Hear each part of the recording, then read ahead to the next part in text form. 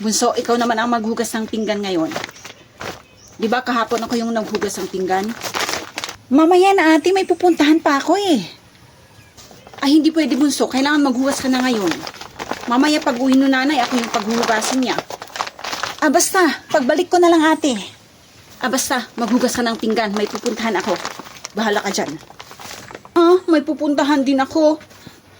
Hala bunso, maghugas ka muna ng pinggan bago ka makipaglaro. Ha? Ayoko nga. Alis na ako.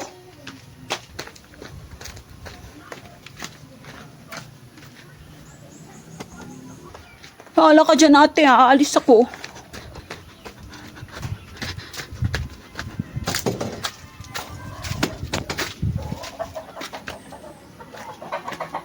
Naghugas na kaya si Bunso ng pinggan? Tingnan ko nga. Bunso! Bunso! Oh, ba't wala siya dito? Bunso! Ay, talagang umalis yun? Bunso! Ay, talagang wala yun. Ibig sabihin ako na naman ang maghugas ng pinggan ngayon. Humanda ka sa akin, Bunso, mamay na.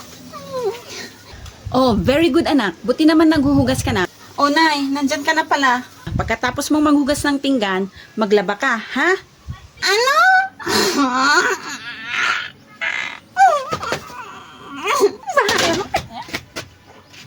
Sino yung naghugas ng pinggan sa inyo?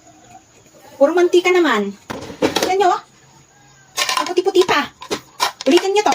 Ulitin nyo to, ha? Sinong naghugas? Si ate po na yung naghugas ng pinggan. Ako po, nay. Bakit? Hugasan mo ulit to, ha? Bukas na lang kaya, nay. Pagod na ako, eh. Ngayon na. Bilis. Ay, oo nga. Medyo may mantika nga. Pero tinatamad kasi ako, eh. Nay? Nay! Ayun, wala si nanay. Punas-punas lang to. Okay na to. Bunso anak, pupunta tayo sa SM. Bibilhin natin lahat ng laruan na gusto mo. Ha? Totoo po, Nay? Siyempre naman anak, marami tayong pera dito. Kaya, lahat ng gusto mo, bibilhin natin. Yay! Bibili kami ng toys ko sa SM! Yaya, ayusin mo yung buhok ni Salia, ha? Sasama ka sa amin sa SM. Yes po, madam. Salia, halika, ayusin natin yung buhok mo. Okay po, Yaya. Okay, let's go na. Pasok na kayo sa car. Salia, halika na. Pasok na tayo sa car. Opo. Oh, baba na kayo. Nandito na tayo sa SM. Yaya, kunin mo yung payong. Payungan mo si Salia, ha? Pasok na po ba tayo sa SM, Nay? Oo, anak. Nay, gusto ko po yung malalaking laruan. No problem, anak. Kahit gaano kalaki, bibilhin natin. Kasi mayaman tayo. Afford natin kahit ano. Talaga po, Nay? Oo naman, anak. Bakit parang hindi ka naniniwala? Para po kasi akong nananaginip, Nay, eh. Sus, tong anak kong to. Sige na, anak. Hanap ka na ng gusto mong toys. Opo, Nay. Wow, ang ganda po ng car na to, Nay, oh. Bilhin po natin to. Okay, anak. Bibilhin natin yan. Magkano po ba yung car na yon? 5,000 po, ma'am. 5,000? Okay. Ang mura naman. O, ayan, 5,000. Akin na po. Maraming salamat po, ma'am. Yaya, bitbitin mo na yung car, okay? Opo, madam. Hala, ang bigat. O, anak, hanap ka pa ng toys na gusto mo. Nay, gusto ko po ng bike na to, oh. Ang ganda. Bilhin ulit natin yan, anak. Walang problema. Yay! May bike na ako! How much po yung bike? Yan po, ma'am. 10 kyaw po, ma'am. 10 kyaw. Ang mumura naman ng toys nyo dito. O, 10 kyaw. Akin na po, ma'am. Thanks for buying, ma'am. Yaya, yung bike kunin mo. Paano ba to? Ang bibigat. May gusto ka pa bang bilhin na toys, anak? Sabihin mo lang.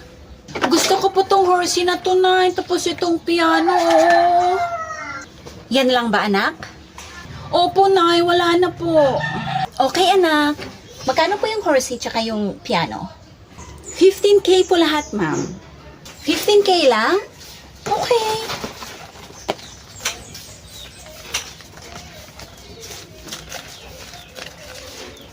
O, ito yung bayad ko. Akin na po, ma'am. Thank you po, ma'am. Yaya, yung horsey at piano, kunin mo. Opo, madam. Hala, paano ba to? Ang bibigat.